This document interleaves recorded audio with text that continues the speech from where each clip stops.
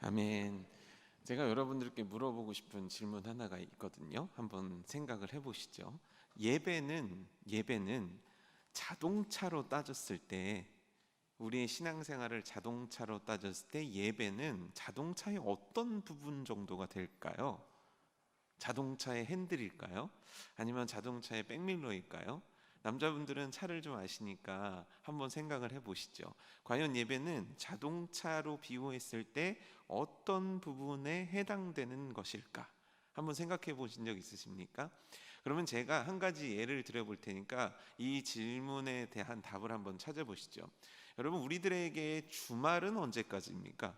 보통 주말이 일요일까지 사람들은 쉽니다. 그리고 월요일을 시작점으로 잡지만 우리들에게 있어서의 한 주의 시작은 언제죠? 주일입니다. 왜죠? 주일엔 뭐가 있기 때문이죠? 하나님 앞에 예배드림으로 한 주를 시작한다는 게 기독교의 개념입니다.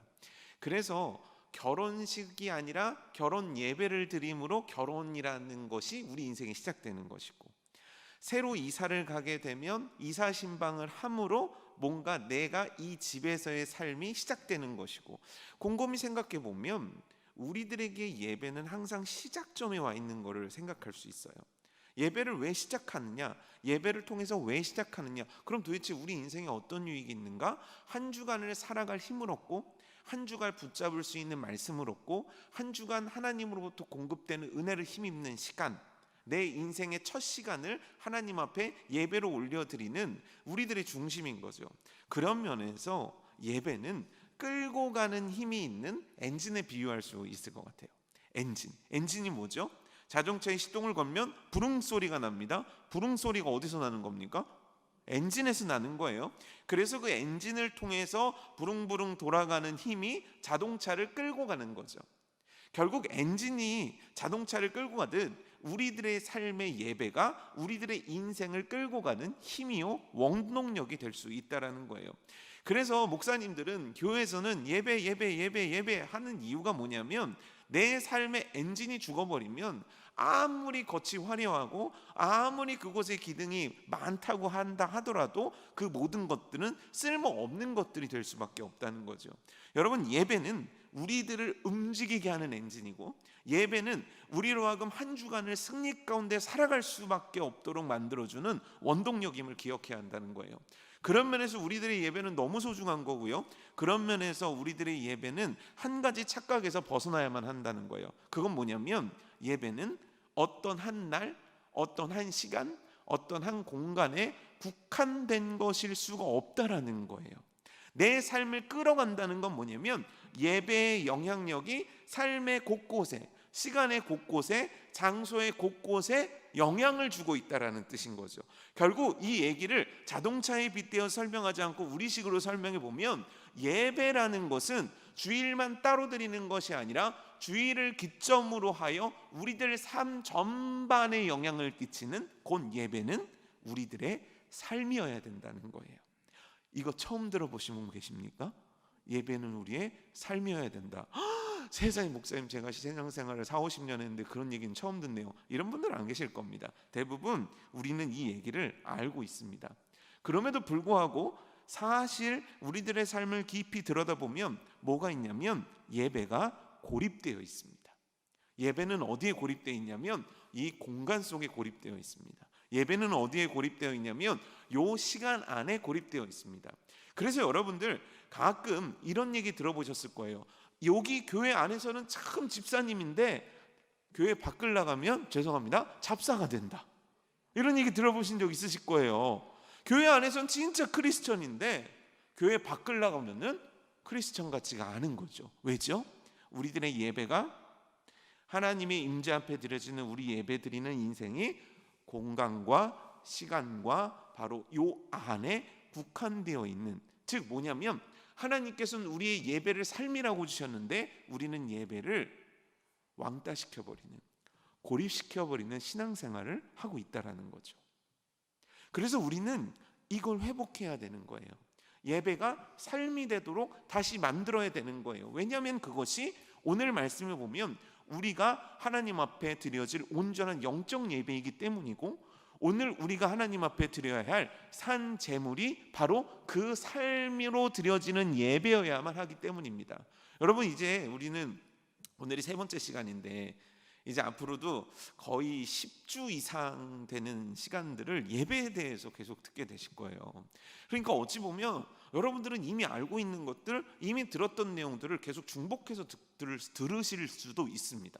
사실 오늘 예배가 삶이다. 제목부터가 딱 예배는 삶이다. 그러니까 뻔한 거 아닙니까? 이제 무슨 잔소리를 할지가 우리가 너무 뻔한 거 아닙니까? 그런데 여러분, 잘 생각해 보십시오. 기초가 잘 안 돼 있으면 그 위에 뭐를 세워도 무너져요. 그렇죠? 그래서 기본기가 중요하다, 기초가 중요하다, 이런 얘기들 많이 하잖아요. 마찬가지예요. 예배라는 기초가 제대로 서 있지 않으면 크리스천의 모든 삶은 무너져 버려요. 그래서 이 16주가 될지 15주가 될지 앞으로 진행되는 시간 동안 우리가 해야 될 거는 나 저거 알아, 이제 이런 얘기 하겠구나, 이 생각을 하는 게 아니라 그래, 내가 알고 있는 거를 들어보는 거예요. 맞아, 예배는 저거지. 그리고 나서 뭐를 했냐면 내가 지금 드리고 있는 예배의 모습, 내가 드리고 있는 지금 예배를 통한 삶의 모습을 거기다가 대비시키는 거예요. 말씀에 비추어 나의 예배, 나의 신앙생활을 비추어 보는 거예요. 내가 얼마나 알고 있는가, 내가 얼마나 많은 것들을 들어왔는가, 저건 뻔한 소리야, 뭐 그래 목사니까 예배드리라고 하겠지, 이게 아니라 굳이 아주 너무나 여러분들이 잘 아는 주제를 가지고 2023년 4월 5월에 들고 나온 이유는 여러분들의 지금의 예배를 점검해 보라는 거예요. 그래서 만약에 내가 무너진 부분이 있다면, 무너진 제단이 있다면 그 제단을 다시 쌓으라는 거예요. 그리고 나서 진짜 기초가 튼튼한 크리스천, 진짜 그 어느 곳에서 흔들리지 않는 크리스천으로 바로 서자는 게 바로 이 예배라는 주제를 가지고 여러분들과 나누고자 하는 목적이라는 거예요.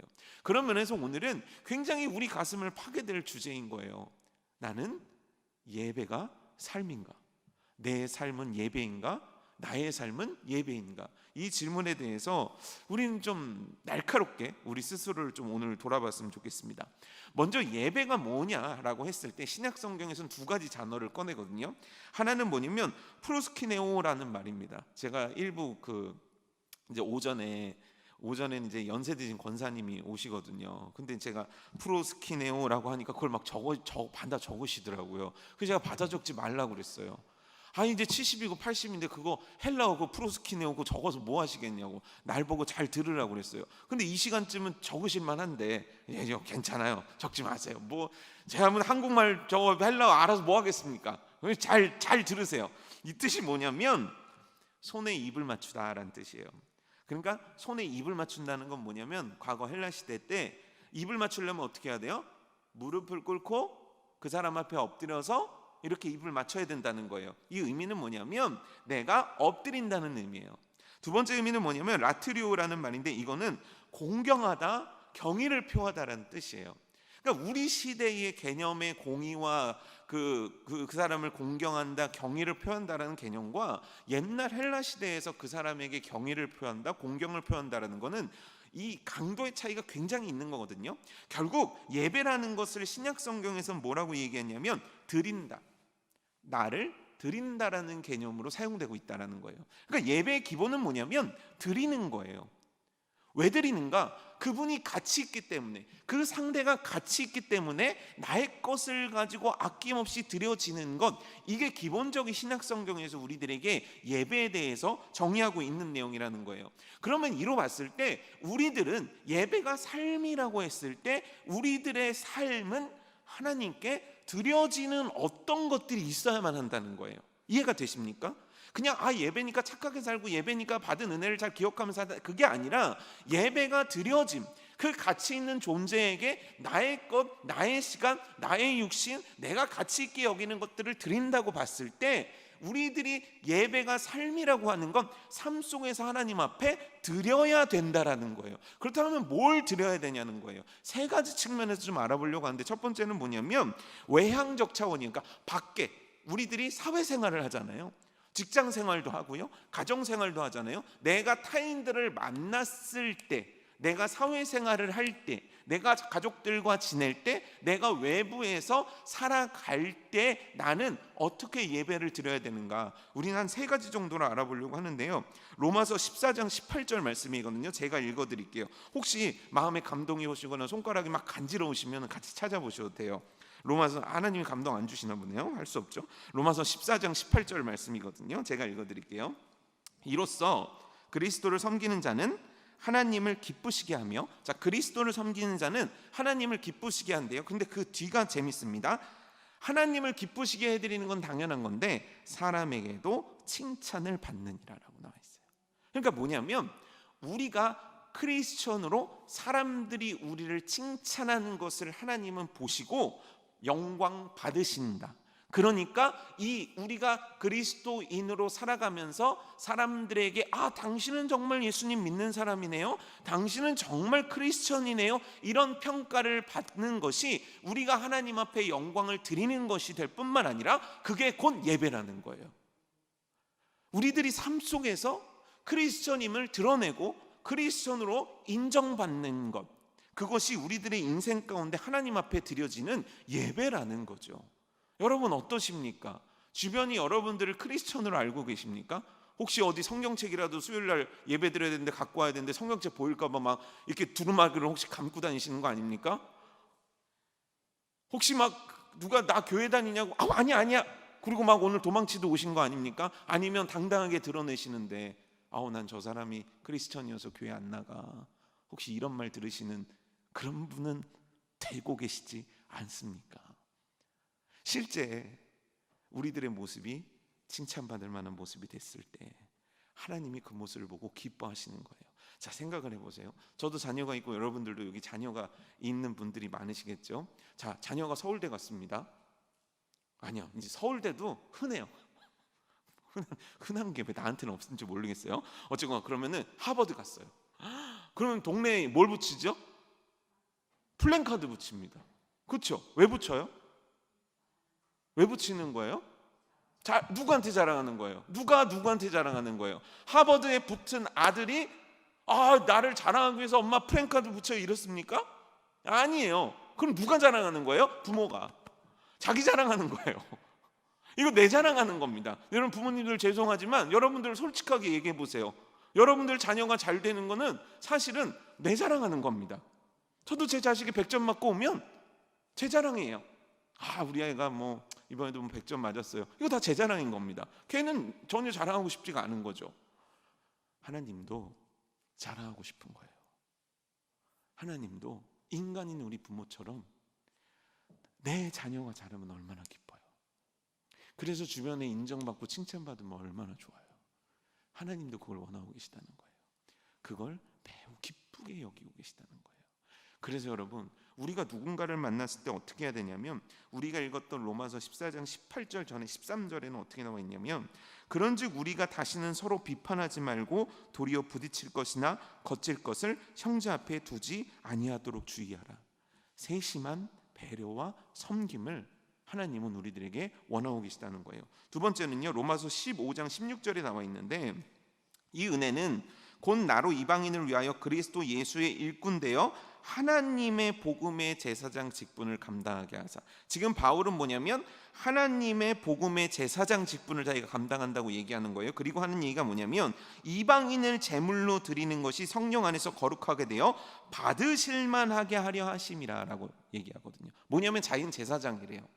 이방인을 전도해가지고 하나님 앞에 드리는 제사장이래요. 그럼 제사장이 하는 일은 뭡니까? 예배 드리는 거죠. 제사를 드리는 거죠. 자기가 전도를 해서 이방인을 하나님께로 인도하는 것이 뭐냐면 이방의 제사장이 되어 이 영혼을 주님 앞에 드린다는 거예요. 이거를 하나님께서 기쁘게 받으신다는 거죠. 쉽게 얘기하면 뭐냐면 하나님께서 우리들의 일상과 우리들의 외부에서의 삶에서 예배 받으시는 도구는 첫 번째 우리가 배웠던 게 칭찬받을 만한 크리스천이면, 두 번째는 복음을 전하는 크리스천을 통해서 하나님은 복음을 전하여 그들을 이끌어가는 그 모습을 통해서 예배 받고 계시다라는 거예요. 그래서 우리는요, 칭찬받아야만 하고 그 칭찬받음에 머무는 것이 아니라 누군가에게 복음을 전하는 삶을 살아야 되고, 그것들을 보시고 하나님은 기뻐하신다는 거예요. 세 번째는 뭐냐면 빌립보서 4장 18절인데 이건 제가 읽어드리겠습니다. 내게는 모든 것이 있고 또 풍부한지라 에바브로디도 편에 너희가 준 것을 받음으로 내가 풍족하니. 이제 에바브로디도 편에 빌립보 교회가 어려움 가운데 있는 바울에게 헌금을 보낸 거예요. 근데 그 다음입니다. 이는 받으실 만한 향기로운 제물이요 하나님을 기쁘시게 한 것이라. 그들이 어려움에 처한 바울을 돕기 위해, 어려움에 처한 예루살렘 교회를 돕기 위해 그들이 헌금을 했던 그것이 하나님을 기쁘시게 하는 거였다는 거예요. 이 얘기는 뭐냐면 궁핍하고 어려운 자를 돕는 것, 과부와 고아를 불쌍히 여기며 그들을 돕는 것, 우리 주변에 불쌍하고 어려운 이웃을 향해 손을 펼치는 행위, 그것이 곧 하나님께 드려지는 예배라는 거죠. 우리들의 삶에서는요, 그래서 칭찬받을 만한 크리스천, 어려운 이들을 돕는 크리스천, 복음 전하는 크리스천, 이 세 가지가 우리의 외적인 삶에서 하나님 앞에 드려지는 예배라는 거예요. 그러면 외적인 예배가 있으니까 내적인 예배도 있을 거 아니에요. 그럼 내적인 것은 무엇인가? 에베소서 5장 8절에서 10절 말씀인데, 교회를 다녀보신 분들이라면 정말 많이 들어보셨을 만한 말씀이에요. 그러니까 지금 여기는 교회 다니시는 분들이 오셨으니까 대부분 들어보셨을 거예요. 제가 읽어드릴게요. 너희가 전에는 어둠이더니, 여러분들이 전에는 어둠이었다는 거예요. 이제는 주 안에서 빛이라. 맞습니까? 대단히 자신감이 넘치십니다. 보통 여기서 아멘이 잘 안 나오는데 훌륭하십니다. 제가 당황스럽네요. 자, 그리고 읽어볼게요. 빛의 자녀들처럼 행하라. 빛의 열매는 모든 착함과 의로움과 진실함이 있느니라. 주를 기쁘시게 할 것이 무엇인가 시험하여 보라. 이 얘기가 뭐냐면 너희가 예수 그리스도 믿기 전에 너희는 어둠의 자식이었다는 거예요. 그런데 너희들의 신분이 복음으로 말미암아 빛의 자녀로 바뀌었다라는 거예요. 그래서 너희는 빛의 자녀라는 거예요. 그러니까 빛의 자녀로 내가 먼저 너희들을 그렇게 인정해 줬으니까 이제부터 너희들이 해야 될 일이 있는데, 빛의 자녀로 살아들이면서 빛의 열매를 맺으라는 거예요. 그러니까 나는 빛의 자녀야. 맞아요. 여러분들은 빛의 자녀예요. 그렇다면 빛의 열매를 맺어드리는 일을 해야 한다는 거예요. 그것이 뭡니까? 착함과 의로움과 진실함이라는 거예요. 너희가 그것들을 만들어내야 된다는 거예요. 쉽게 얘기하면 뭐냐면 예수 그리스도를 주로 고백하여 믿었다면, 진짜 너희가 빛의 자녀가 되었다면 빛의 자녀다운 모습으로 변하라는 거예요. 그러니까 우리가 말씀을 듣고 내 성품이 변하고 나의 태도가 변하고 나의 생각들이 변하고 나의 삶의 악한 습관들이 끊어지고, 이런 것들이 예배라는 거예요. 내가 성화되어 가는 모든 과정들이 예배라는 거예요. 외적으로는 칭찬받고 외적으로는 전도해야 되고 외적으로는 어려운 일을 도와야 되지만, 내적으로는 어떤 일이 내 안에서 일어나야 되냐면 내가 진짜 크리스천다운 모습들로 변화되어 가고 있어야 된다는 거예요. 성품이 변하고 내 안에 가졌던 것들을 내려놓기 시작하고, 주님께서 기뻐하시는 일들을 나도 기뻐하는 내 성품과 인격과 삶의 변화, 그래서 빛의 열매를 맺는 인생으로 내가 변화될 때, 그것이 더딜지언정 하나하나 변화되어 갈 때 주님께서는 그것들을 기뻐하시며 내 삶의 예배로 받아주신다는 거예요. 세 번째는 뭐냐면 이제 우리가 다 같이 모여드리는 예배에 관련된 거예요. 히브리서 13장 15절에서 16절에 뭐라고 나와 있냐면, 그러므로 우리는 예수로 말미암아 항상 찬송의 제사를 하나님께 드리자. 이는 그 이름을 증언하는 입술의 열매니라. 오직 선을 행함과 서로 나누어 주기를 잊지 말라. 하나님은 이 같은 제사를 기뻐하시니라. 먼저 히브리서 13장 15절에서 뭐라고 그러냐면 입술을 열어 찬송하자는 거예요. 입술을 열어 경배하자는 거예요. 그래서 여러분 예배 때 찬양이 11시에 시작해요. 2부 예배가. 그렇죠? 그런데 보통 올라와가지고 임재 찬양 부르는 시간은 대략 11시 15분 정도 돼요. 그래서 우리들 생각에는 어떤 생각이냐면 예배는 11시 15분부터 시작한다 그러고, 그 앞에 부르는 찬양은 이름하여 뭐라고 부르냐면 준비 찬양이라는 말을 쓰는 거죠. 맞습니까? 이거 완전 틀린 겁니다, 여러분. 준비 찬양이라는 건 없는 거예요. 왜냐하면 우리들의 입술로 찬양하는 것이 하나님 앞에 드려지는 예배이기 때문이에요. 그래서 여러분, 예배의 시작은 찬양이 시작되는 동시에 시작되는 거죠. 찔리시는 분들 계십니까 혹시? 찬양이라는 것을 우리들의 입술을 통해서 받기 원하시는 분에게 우리들의 입술을 열어 하나님의 그 존귀하심과 그 위대하심을 내가 입술로 고백하는 것, 그게 하나님이 받으시는 예배라는 거예요. 이걸 어려운 말로 상향적인 예배다라고 표현하거든요. 그 예배가 우리 가운데 있어야 되는 거예요. 그러면서 히브리서 15장 16절에서 이걸 다 정리해서 말하는 게 뭐냐면, 선을 행함과 서로 나누어 주기를 잊지 말라. 하나님은 이 같은 제사를 기뻐하시느니라. 이 같은 제사 뭡니까? 너희들의 삶으로 드려지는 그 예배를 하나님은 너무너무 기뻐하시고 원하고 계시다라는 거예요. 내 삶은 따로, 예배 따로가 아니라 이 모든 것들이 연결되어 내 한 주간의 삶을 모아서 드리는 예배, 이거를 하나님께서는 기쁘게 여기고 계시다라는 거예요. 그렇다면 우리는 여기서 한 가지 궁금해합니다. 잘 생각을 해보세요. 삶의 예배라는 게 쉽습니까? 어렵습니까? 여러분, 쉽습니까? 어렵습니까? 이 세상에서 크리스천으로 살아간다는 게 쉽다는 사람이 있습니까? 없잖아요. 사실 제가 이제 여기에서 기도를 하는데, 제가 예전에 직장생활 막 하고 했을 때 수요 예배 시간 맞춰서 나온다는 게 대단히 어렵습니다. 그날 어찌됐건 일찍 나와야 되고 여기에 식사도 못하고 나오신 분들도 많을 거예요. 그러니까 내가 수요 예배 시간 하나를 정해서 지킨다라는 게 굉장히 어려운 일이더라고요. 굉장히 쉽지 않은 일이더라고요. 어떤 이들에게는 이 시간을 지키고 싶어도 이 시간을 지킬 수 없는 분들도 너무너무 많더라고요. 그런데 내가 이 시간을 지켜서 나온다는 건 쉽습니까? 너무 어려운 거죠. 너무너무 어려운 거죠. 그럼에도 불구하고 여러분들이 이 시간에 나온 이유는 뭐죠? 나오라 그러니까? 그러니까 왜 예배를 드리러 나온 거죠? 삶의 예배는 왜 드려야 되는 거죠? 아니, 예배 시간 하나 맞춰서 나오기도 힘든 세상에서 삶을 예배드리듯이 살아야 되고 그 삶 자체가 예배라고 한다면 이건 우리들에게 너무너무 어려운 일일진데 우리는 왜 이렇게 살아야만 하는 거죠? 오늘 로마서 12장 1절부터 2절까지 말씀이 나눴잖아요. 우리가 거기를 보면 12장 1절에 이런 단어로 시작합니다. 그러므로라는 단어로 시작됩니다. 그러므로, 그러니까 너희들을 산 제사로 영적 예배를 드리는 자로 살아야 돼라는 얘기를 하는 거예요.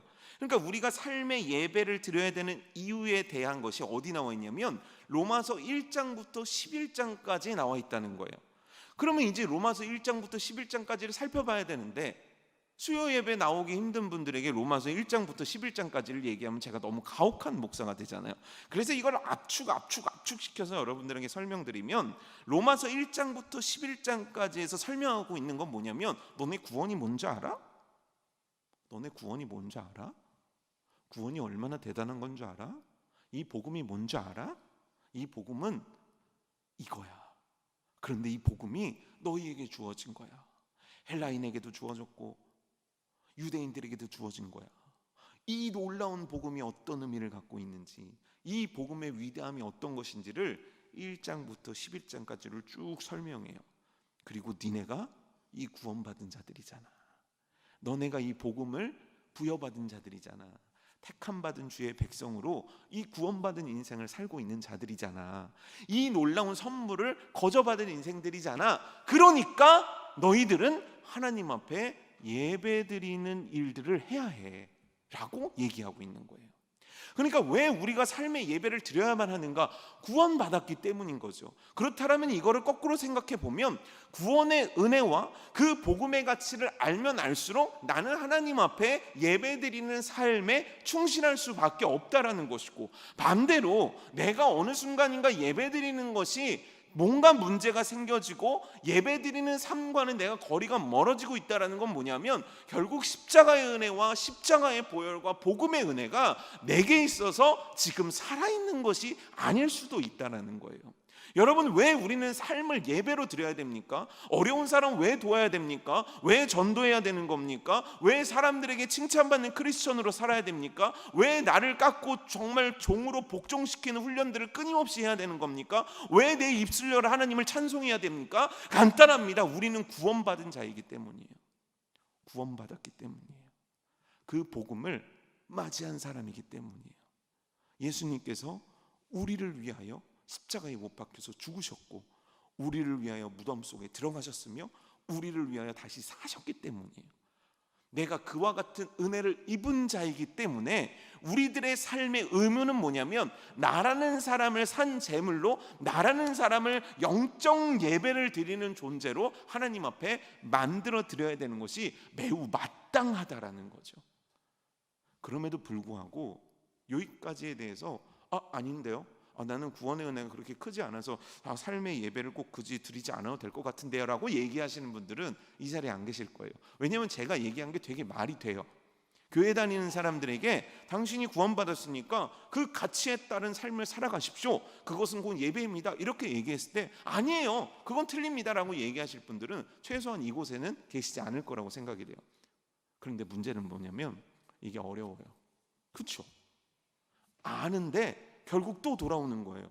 내가 구원받았으니까, 그 뜨거운 구원의 복음을 입은 자니까 내가 하나님 앞에 마땅히 예배드리는 삶을 살아야 돼. 이거 너무 당연한데도 불구하고 또 똑같은 답에 오게 되는 거예요. 어려워요. 왜 어려울까요? 왜 어려울까요? 왜 어려울까요? 자, 한번 생각을 해봐요. 오늘 바울 사도는 로마서에서 우리가 산 제물로 드려야 된다는 얘기를 해요. 이 산 제물이 뭐냐면, 구약 성경에서 하나님 앞에 제사를 드릴 때, 오늘 우리식으로 하면 예배를 드릴 때 항상 준비해야 하는 것이 있습니다. 그게 뭐죠? 제물이에요. 제물. 쉽게 얘기하면, 더 아주 편하게 얘기하면 양을 준비해야 된다고 해요. 자, 그렇다면 어떤 양을 준비해야 합니까? 조건이 뭐죠? 물론 면수에 대한 것들, 조건들이 있습니다. 1년 된 순양 이런 조건들이 있지만, 그것들을 떠나서 우리들이 기본적으로 알고 있는 것에 대해서 찬양대에서 답을 줬거든요. 그건 뭐냐면 흠이 없는 이에요. 그러니까 흠이 있는 것은 하나님 앞에 제물로 드려질 수 없다는 것이고, 흠이 없는 것만, 정결하고 깨끗하고 온전한 것만 하나님 앞에 드릴 수 있다라는 거예요. 이해가 되시죠? 우리가 아무리 성경을 건성건성 읽어도 요 정도는 알 수 있다는 거죠. 자, 그렇다면 생각을 해보십시오. 제가 양이 100마리가 있습니다. 양 100마리 중에서 흠 없는 양을 찾아냅니다. 근데 생각을 해보십시오. 내일 안식일이에요. 자, 그래서 오늘 흠 없는 양 어디 있나, 이런 사람이 있겠습니까? 이런 목자가 있겠습니까? 없죠. 그럼 어떻게 합니까? 흠이 없는 것들을 따로 키웁니다. 당연하죠. 왜냐하면 하나님의 절기에 드려야 될 예물이니까, 하나님한테 마땅히 드려야 되는 거니까, 똑같은 양이 있음에도 불구하고 다리를 절거나 흉터가 있거나 이런 양들은 저쪽으로 빼놓고, 하나님 앞에 드려야 될 양들은 구분하여서 그 정결하고 흠이 없음을 유지시키기 위해서 따로 구분하여서 키우는 것이 당연한 겁니다.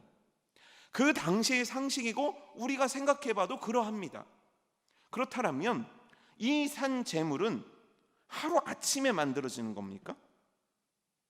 아니면 계속적으로 삶에서 준비되어지는 겁니까? 그렇죠? 이 얘기를 하는 거예요. 우리가 주일날 그냥 양복이나 하나 입고 교회 딱 와, 아무도 몰라요. 하지만 내가 흠이 있는지 없는지를 하나님은 알고 계시는 거죠. 그래서 내가 어떻게 하냐면, 흠 없는 어린 양의 제물이 되기 위해서 한 주간의 삶을 헌신하는 거예요.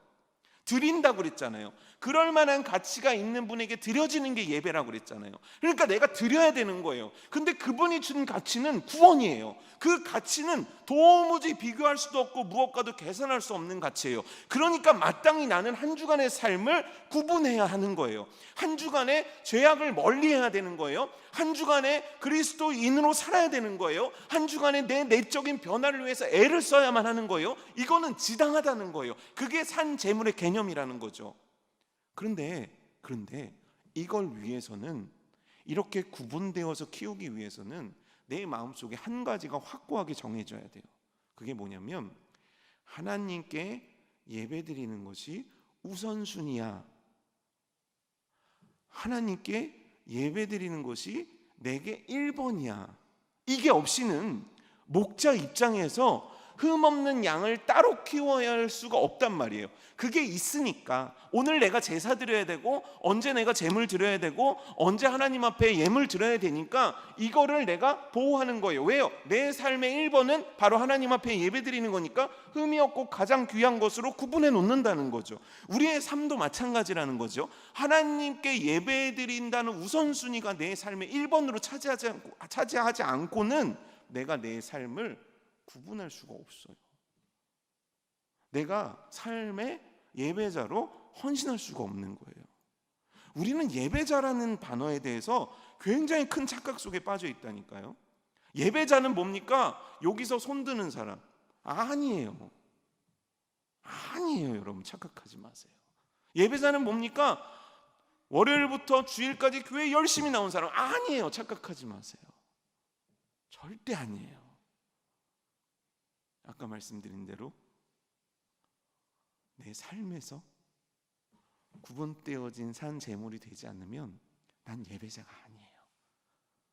예배자이고 싶은 희망상을 갖고 있는 사람, 예배자인 척하는 사람에 불과한 거예요. 하나님이 원하시는 진짜 예배자가 되기 위해선 삶이 예배여야만 하고, 삶이 예배이기 위해선 내 인생의 예배가 가장 중요합니다라는 강력한 선언이, 강력한 결단이 내 인생에 필요하다는 거예요. 이거를 히브리서 11장을 보면 알 수 있거든요. 히브리서 11장은요, 믿음은 바라는 것들의 실상이요 하는 믿음장입니다. 그래서 1절에서 3절까지는 믿음이 무엇인가 설명을 하고, 이 믿음으로 살아낸 사람들의 레전드 스토리를 히브리서는 한 절 한 절에 기록해 있어요. 첫 번째로 언급된 사람이 누굽니까? 아벨이라는 사람이에요. 아벨이 뭐를 했죠, 일생에서? 아벨은 도대체 성경에서 어떤 기사를 보여주고 있죠? 아벨은요, 가인한테 맞아 죽은 비운의 주인공이에요. 그 이상도 그 이하도 아니에요, 사실 인간적으로 봤을 때. 그런데 아벨의 무엇을 성경은 믿음의 레전드로 뽑고 있냐면, 그가 예배드렸다는 거예요. 완벽한 예배를 드렸다라고 성경에 나오지 않아요. 가인보다 더 나은 제사를 드렸다는 거예요. 이 얘기는 뭐냐면, 오늘 삶에서의 완벽을 추구할 수 없으니 죄악이 가득한 인간은 최선을 다한 예배를 하나님 앞에 올려드렸다는 거예요. 그리고 나서 두 번째로 언급되는 인물이 누구냐면, 하나님과 동행한 사람 누구죠? 에녹이 나와요. 그리고 세 번째 사람은 누가 나오냐면, 하나님 앞에 믿음의 노동을 드렸던, 노동으로 하나님 앞에 순종했던 노아가 나옵니다. 성경은요, 놀랍게도요 시간 순서대로 적었기 때문이 아니라 히브리서 11장에서는 가장 우선순위로 예배를 올려놓고 있다는 거예요. 그리고 나서 행하는 순종에 대해서 얘기하고 있고, 세 번째 믿음의 노동에 대해서 얘기하고 있다는 거예요. 자, 이거를 교회 안으로 들어와 봐요. 자, 교회에선 봉사도 해야 됩니다. 교회에서는 일도 해야 됩니다. 교회에선 예배도 드려야 됩니다. 자, 우리들의 순서는 어떻게 되고 있습니까? 우리들의 순서는 예배가 되고 있냐는 거예요. 하나님은요, 히브리서뿐만 아니라 성막이라는 걸 통해서 우리가 예배를 어떻게 생각해야 되는지를 또 보여주고 계신 거예요. 성막은 어떻게 지어지냐면, 가운데 성막이 딱 있습니다, 광야 생활에서. 그리고 성막 주변 제일 가까운 곳엔 누가 텐트를 치냐면 제사장들이 칩니다.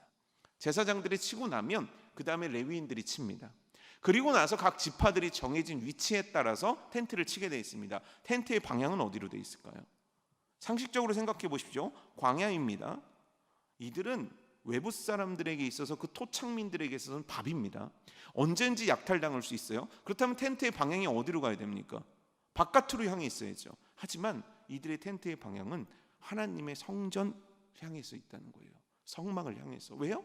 예배가 제일 중요하기 때문이에요. 하나님을 섬기는 게 가장 중요하기 때문이에요. 또 민수기에 보면 재밌는 게 있는데, 군대를 뽑을 때 나이 제한이 어떻게 되냐면 20세입니다. 남자 나이 20세면 군대로 착출이 됩니다.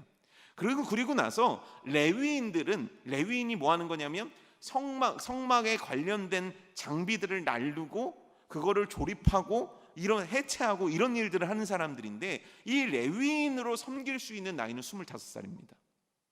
더 연령이 높은 거예요. 자, 여러분, 군인으로 싸우는 것보다 레위인들이 하는 일이 힘들지 않습니다. 오히려 다 단순하죠. 그럼에도 불구하고 레위인들의 연령은 더 높입니다. 그리고 중요한 건 제사장으로 하나님을 예배로 섬길 수 있는 나이는 30살에서 50살까지입니다. 더 엄격하게 조건을 제시하고 있는 거예요. 왜죠?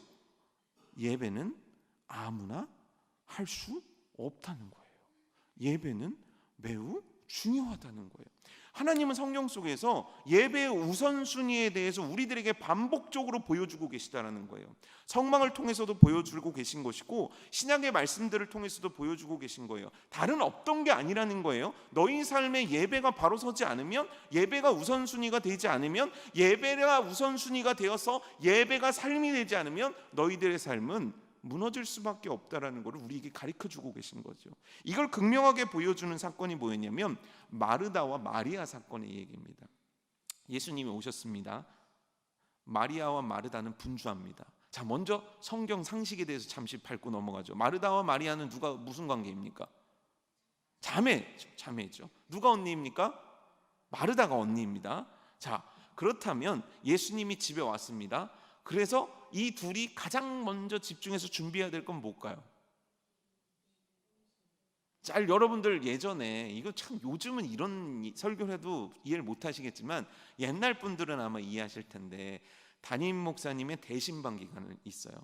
경험해 보신 적 있으십니까? 강희숙 권사님 담임 목사님의 대신방 기간 식당으로 갔습니까?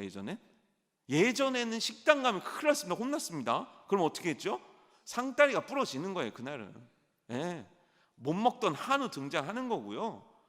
여튼 집 청소도 얼마나 하는지, 저도 집 앞서부터, 집 문서부터 동네 골목골목길을 다 청소하는 거예요. 왜 청소합니까? 어차피 차로 들어오시거나 쓱 오시는데. 근데 옛날엔 그랬다고요. 그리고 막 청소를 하고 엄마는 안 쓰던 그릇들을 막 다 꺼내는 거죠. 왜요? 가장 특별한 날, 가장 특별한 분에게 가장 좋은 걸 대접해야 된다는 거예요. 그게 사실 우리들이 갖고 있었던 믿음, 신앙의 아름다운 전통이었던 거죠. 그래서 목사님이 오시면 제일 분주한 사람은 누굽니까? 엄마들이 그렇게 분주합니다. 그래서 제가 아직도 기억나는 게 항상 그랬던 것 같아요. 이제 목사님이 말씀을 전하십니다. 그럼 엄마는 주로 어디 앉아 있죠? 식탁 가까운 곳에 거기 앉아 있습니다. 왜요?